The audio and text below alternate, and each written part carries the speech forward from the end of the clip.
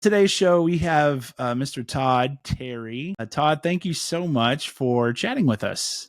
Absolutely, Jacob. Thanks for having me. So I guess right off the bat, why don't you just tell our viewers and our listeners, people that may not be familiar with your work, a little bit about yourself and your journey and your faith and what you do.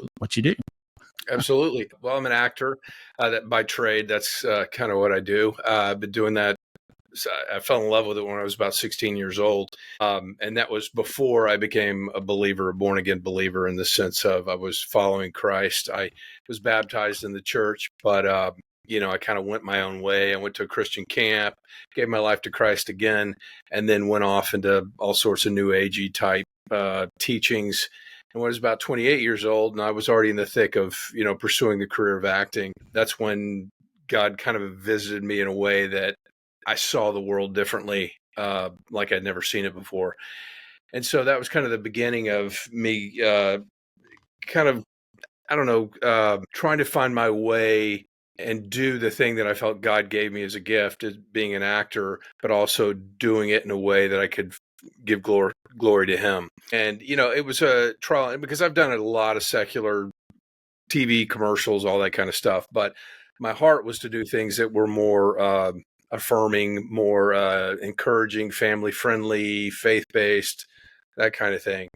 And I would say around between 2010 and 2015, a good buddy of mine named Andy Labrizzi, who was a director, we started meeting together and talking about, maybe creating short films, all that kind of stuff. And we ended up doing a short film that won at a festival in California called the 168 Festival. And that was kind of the beginning of my, inroads in Christian film. And from there, we did a film called Beyond the Farthest Star. And then that actually led to me being in a meeting where I was meeting the director of the series Vindication that I do. And we're in our fourth season of that. And then just a lot of great opportunities like Disciples in the Moonlight that's coming out in the next couple of weeks. So that's the long and short of my. Yeah. Now, who were some of the people that you were influenced by, like maybe some actors or actresses that you looked up to, that yourself now you kind of take on that form? Well, it's from the Christian aspect, I can't think of anybody specific, although, we were talking about Kevin Sorbo earlier, and I actually, and I was a believer at the time, but I did a film with him called Walking Tall 3 back, it was 10 plus years ago. I played the bad guy in that. I don't even know if he'd remember me, but I've been kind of anxious, this is off topic, and wanting to, work with him on something that's faith-based, and hadn't happened yet.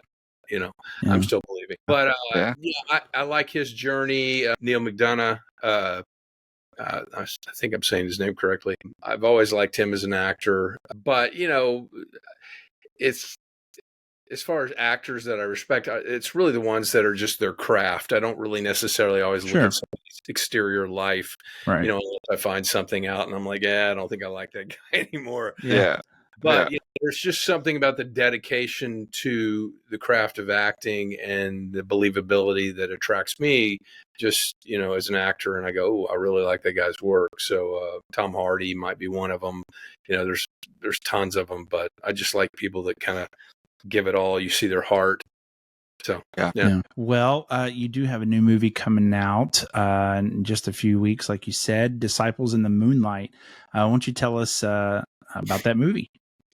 Well, Disciples is kind of a dystopian thriller. It's a faith-based dystopian thriller, and you don't really see those. I mean, I haven't seen a lot in the faith-based market. It's a really good movie, and it's got, a little bit of everything. It's got the drama, it's got the thrills, but it's also got a little humor, because it gets serious at times. So it's nice to have a little humor intermixed in there. The actors are great. The production value is really good. But it's basically the story, not to give it away, is 7 people that are trying to get the real Bible into the hands of other believers. It's set in a time, not in the distant future, where the Bible has been outlawed, at least the Bible as we know it. And it's been customized by the government to not be offending.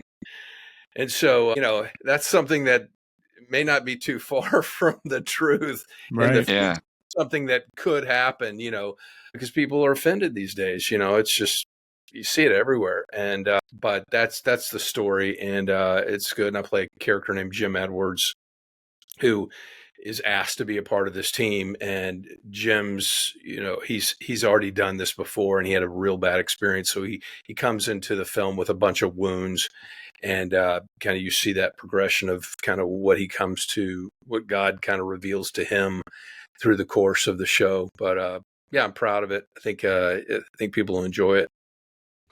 Yeah. Go ahead, Chris. No, you go. I was just going to talk about the offense outside of the Christian realm. I mean, even what's his name? Jerry Seinfeld said just a few weeks ago, the stuff that we made back in the day, you all couldn't handle it because the world is so. I mean, I don't think he used the word woke, but he just said everyone gets offended so easily, and everybody wants this trophy to say, hey, it's okay, we're sorry, we didn't mean to offend you or whatever. We just live in a different age, and it's sad, but like he said, we can't release the stuff that we used to release because everyone gets so offended. And of course, the Bible is very offensive to a lot of people that are not living right. So. Yeah, and the Bible even says, and a guy says, "Don't be offended." He tells us as believers not to be offended. Yeah. Because, I think there's something to that in that, if we're offended all the time, we can't grow. I mean, sometimes hearing those bits of truth intermixed, like comedians are great at it because they can speak truth in a way that makes you laugh, but also, can be a little offensive. But it also can hit you right where, where sometimes you need to hear things. So, yeah, I'm all up for not being offensive in a vulgar way, but Yeah. Have you had a weird experience on set? Have you been on a set before? I'm just curious. Have either of you? I've been on a couple, but I mean, nothing. I've never really seen anything. I was just kind of just making some play on. Yeah. I mean, I've heard of actors doing some weird things like off of the camera. Like method type acting stuff. Yeah, or they have like little rituals that they do for behind the scenes, and so Yeah, for me, I respect everybody's kind of you want to call it a method or whatever, and how people approach it, because I don't necessarily think one specific way to get into it works for everybody. But yeah, I'm pretty. I kind of do a lot of my prep beforehand. And, for me, it's important to walk on set and not be, I don't want to say it's not rude, but just standoffish. I don't like that. I've had that happen to me on sets before, not this particular one, where another actor was super method, if you want to call it, and would not have any conversation before, would not talk about the scene, would not anything. It just said, it's basically, let's do it. And it was a horrible experience for me because, you want to get to know somebody. I can divorce the idea that person is not really like that. It's and be able to just have friendly banter, but then get into the scene and be completely opposite. I mean, that's just kind of what you train to do as an actor. Yeah. So I'm more of a fan of, having fun, joking around, and then when you got to work, you work. Yeah. I think that's where I was going with it, was more so what were the pranks that were played on each other, if there were any, or what was the banner? Yeah, there was. Honestly, I can't think of any. There's a guy named Jason Coviello, and he plays the bad guy in Hazard, the character Hazard, and he's a lot of fun. He's a ball of energy. So, but I can't think of anything specific that we did pranks on each other. But but okay. That's the great thing about a set, is when it's conducive like that, as far as people liking each other, and you can play and have fun, and there's so much more creativity when you do that. Oh yeah. Yeah, you were in Jesus Revolution, right? Yeah, so one small scene, yeah. Yeah, did you get to meet Kelsey Grammer? No, I didn't. The day I was there, I don't think he was there. So no, I didn't. I've always loved him as an actor. Because that would be like, tempted to say something about tossed salad and scrambled eggs, just his theme song to Fraser, I love him. I love his voice. I love, Yeah. he's great. No, hopefully one day I'll get to meet him, but Yeah. no, didn't. So with being in different like secular shows and movies like Breaking Bad, what is it like for you to like be that light or to like let that shine through and be the salt? Well, again, it's kind of like acting. All your prep is outside of the job you're doing, whether it's being in the Word or, prayed up, so to speak, if you want to say prayed up. I don't know really what that means. Yeah. But just in the spirit, so to speak, where, you are a light to people. That's what I really hope that I am, it's like I have a love-hate relationship with social media, because like if I see something negative, I try not to focus on social media, but if I see something negative, it really catches me off guard if it's in relation to me. And it's not that I've really seen anything, but I guess I take my job serious enough to go, I want to be looked at on the set is not somebody that somebody's going to go, that guy's a total jerk. Yeah. I want to be a light, and sometimes you have opportunities to have conversations, and sometimes you're just there to work, but hopefully you're gracious and all that kind of stuff. So, yeah. Let my gosh, I can't think of words tonight, y'all. Let your light shine. Oh, I've got a 2-year-old and a 1-year-old. That's what I blame it on. I just don't get sleep. Yeah, well, I'm in my late 50s, and so it happens when you don't have little kids too. So. Thanks for making me feel a lot better. It's not going to get any better. Right. Right. Well, with our first time guest, Todd, we like to do our listeners and viewers like this segment. It's called Favorite Things. And so we're just going to give you a word and you give us your favorite thing in that category. Sound good? Sure. All right. We'll start it easy. Favorite food? Peanut butter. Literally, I was thinking peanut butter. Anything. When you said favorite. Peanut butter. Are you do you like peanut butter and crackers? I literally like peanut butter in the spoon. That's my daughter. Honestly, lately, because peanut butter has so much mold in it, supposedly, that I've been doing almond butter, but peanut butter is what I love. Yeah. So did you like the Peanut Butter Falcon with Shia LaBeouf? I love that movie. That was totally not like with peanut butter or anything, but it's in the title. Yeah. That's funny. Word association games, yeah. Yeah. Do you have a favorite movie? Field of Dreams. That's always been my kind of go-to. It was like when I saw it at a time, and again, it's not the best movie I've ever seen, but it was like from a spiritual thing, it really spoke to me at a time in my life where I was looking for faith. And to me, that's a big movie about faith, build it. And will. Yeah, that's great. But I mean, God, I have so many. Schindler's List. The Green Mile is one of my favorites too. Mm.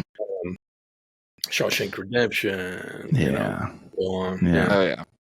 Yeah. Field of Dreams. Do you know that the MLB played real games there? I think they do it every year. Well, that's interesting. I didn't know that, but when they opened up the stadium, the new baseball stadium in Texas here, outside of Dallas, I think Kevin Costner came and they did that whole Field of Dreams, something in regards to that at the opening night, which I thought was cool. Yeah. Yeah. Love it. All right. Well, do you have a favorite show to binge? God, that's not a quick answer for me. Because I'll binge a show and I'll forget. I'm the kind of guy that I hate watching a show twice, but I was watching Suits. It's so just fun. Yeah. But I love the quick delivery of the show. I'm trying to think. There was a show that I saw. It was about 5 or 6 years ago called Rectify. And most people don't know. And I think they had 3 or 4 seasons. It was such good character development. That's definitely one that I just loved. It's kind of Was that an AMC one? Was it ran on AMC? I think I remember seeing that. AMC or Sundance, and there's several actors that are now bigger, as a result of that show. In fact, one of the girls that's in Suits was one of the leads in that show. Okay. Absolutely love that. Love The Office. That's a show I could watch over and over. I just love that. I love that. Have you guys seen? I just saw like 10 or 15 minutes of it, but that new series called Promised Land. It's on YouTube, but it's almost like a first century Office. Okay.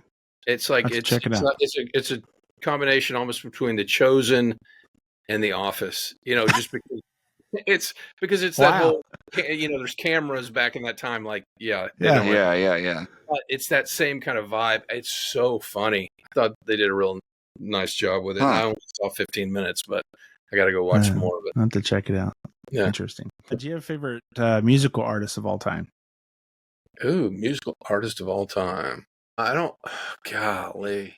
See, I'm gearing my mind to think toward Christian artists right now. I loved Fred Hammond. Fred Hammond's a good answer. Yeah, I can't think of. You know what? I do. I like the Eagles, even though some people, Christians, don't like the Eagles, but I still like the Eagles. Our mom saw them. I like the Eagles. Several years ago in Louisville, and she said it was like a 4.5 hour show. They just played and played and played and played. Well, and Vince Gill is, I think, still with them. He took over for somebody, Vince Gill, the country singer. Yeah. Used to be married to Amy Grant, or maybe he's still married to Amy Grant. I don't know. Yeah. But yeah, Eagles have always been great. And I like a lot of old bands like Bread. This is dating me, but I wasn't old enough to even appreciate them. But the '70s bands, Jim Croce, Three Dog Night. I mean, that's old school stuff that I remember having records of. Rush is definitely loved Rush, and one of my kids loves Rush, which is crazy. And I gave him like a compilation series, the LPs, and he loved it. I was like, how cool is it when you have a kid now, that gets into Rush? Yeah, Rush is good. Yeah. So, yeah. All right. Favorite thing to do outside of filmmaking? So I live on like 2 acres, so this is not necessarily my favorite thing, but I'm always working in the yard, cutting down trees, all that kind of stuff. I like to work out just because it makes me feel sane when I work out. Yeah. I can tell you all the things I'd like to do. Like I'd like to take up tennis. I played tennis a long time ago. That's something I like to do. I'd like to do Brazilian jiu-jitsu. These are all things that I talk about but don't do. Yeah. So I want to learn a language, and I've learned a little Spanish, but that kind of thing. You pick up racquetball. Yeah, I not racquetball, but because I feel like I would just end up hitting myself a lot with the ball. Pickleball, everyone's playing that. Pickleball, that's what I meant. Pickleball, yeah, I meant pickleball. Yeah, I could do that. In fact, I was thinking the other day it would be cool to have a court. We have some people that have like courts on their property, but that'd be kind of cool. See, my words aren't mathing right now, so pickleball was what I meant. Pickleball, yeah. I wonder how long that craze will last. Is it? It's everywhere. It's getting big. It is everywhere. Yeah. We play as a family. We play a lot of games like Rummy Cube and Codename. Have you guys ever played Codename? Yeah, Codename. Yeah, love that. So, my kids' friends over and we'll play a big old game of Codename and just trash talk each other. That's the that's the best. There's a fun board game called Wavelength. Oh, never done it. You should give it a try. It's pretty fun. Okay, Wavelength. They also have I don't know if you've ever done an escape room, but they have that on board game form now, and you just lock your family in a room until they can figure. And just go off. Like my father-in-law liked to go see movies. Yeah, make it real hard. We go see a movie and come back. You lock them in a room and take the doorknob off and say, "See you later." Yeah. Gotta figure out how to get out. Do you have a favorite ice cream flavor? Yeah, pecan praline. Okay. Without a doubt. That's a great. Kind of falls in that peanut butter pattern. Yeah. Yeah. All right. Do you have a favorite podcast? You guys. I mean, come on. Yeah. Of course. You got the memo. Yeah. As far as something I listen to, it's like I'll go through phases where I'll listen to podcasts and then don't. I like Sean Ryan. You know, he became a believer not too long ago. But you know him. He's the guy. He's the military guy. He was a Marine, I believe. I think so. Yeah. He has a lot of, military service guys and talks about crazy stuff in the military. He's one. I've been listening to like storytelling type podcasts just because I find that interesting. Because storytelling's a part of what I do, and I always like to hear other people's ideas and thoughts about it. So, that kind of thing. Do you have a favorite Bible verse? Be anxious for nothing. All things through prayer and supplication, make your request known to God. That's probably the one that comes to my mind a lot. Yeah. I guess that says something about me. Maybe I get this. Especially these past 5 or 6 years. That's a verse for everybody. Yeah. And it's something, it's almost like for me, it's a steadying thing, but I don't see it as, but I just say it because it's more of a reminder, quit looking out at the world, for your peace of mind. Because when I came to the Lord, my search was really, I just wanted peace. Even when I was in New Age, I just wanted to find peace, and I could never find it. And when I found it, it was Him. It was that. And so I know that I don't need to look out for my peace anymore. So that's what it reminds me of. Well, where can people watch and purchase tickets for Disciples in the Moonlight? So I wish I was prepared for that one. Sorry. So I do know Fathom Events is where you can go and get tickets. It starts July 17th, and typically with movies that are on Fathom, and their run may just be for 5 days. I can't speak to how long this run will be, but I think it's important, if you want to see it, go see it right away within that first few days. It helps also with the longevity of it, potentially staying in the theaters as well. But Fathom Events, it's nationwide. I don't know. It's not obviously in every city, but check Fathom and go see it. Yeah, Nice. I think with Fathom has it out for eight days, I believe, at the moment. So we'll see though. If everybody goes out and watches it, then they'll extend it. Yeah, hope so.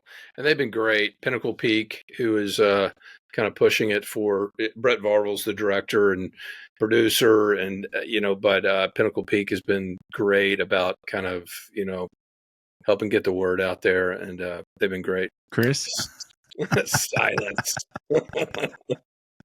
Yeah, I was literally on like 5 different tabs and couldn't find our tab back.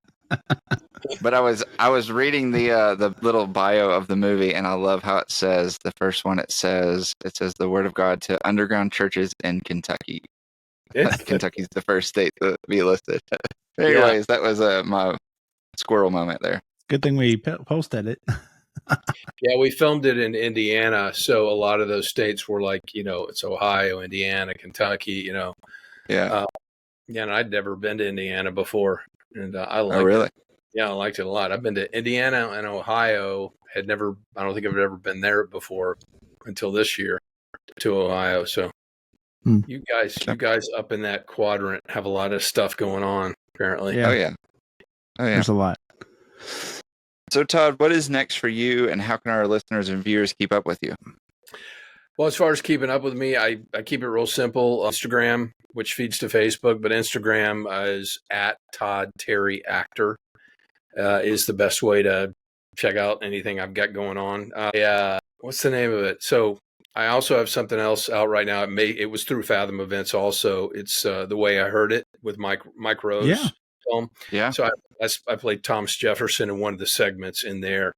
And I have not seen it yet, but that's something else that's out right now. I've got a few things coming out this year. I have a movie called The Senior with Michael Chiklis. that comes out. And then next year, I have a movie called Unbreakable Boy, which the Irwin brothers produced or helped produce. John Gunn was the director, and it's with Zachary Levi and Patricia Heaton and a bunch of other great cast members. Those are two that are coming up besides Disciples in the Moonlight. Well, Todd, to wrap up, we'd like to see if you'd be willing to share something that God's been doing in your life recently that would help build our viewers and listeners' faith. Yeah. So not to make this depressing, but my mom passed away about 2 weeks ago, and she passed away of Alzheimer's, and she had it for years. And it's one of those things that you know is coming eventually, but you're never quite prepared for it.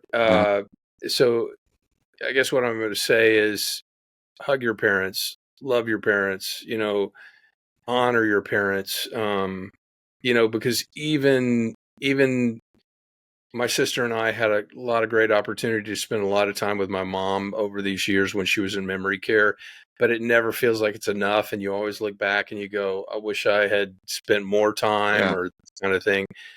So, what I want to say is just, honor those that brought you up, even if it was rough. And I'm not saying that about my mom, just saying, even if it was rough, honor those that brought you up, brought you into this world, and give them love. Well, that's good. Well, Todd, thank you so much for chatting with us. Disciples in the Moonlight will be out everywhere July 17th through the 24th. Hopefully, we're praying that it'll do better and extend the time in the theaters. Fathom Events is the place to get tickets, and we thank you so much. Thank you, guys. Appreciate you having me.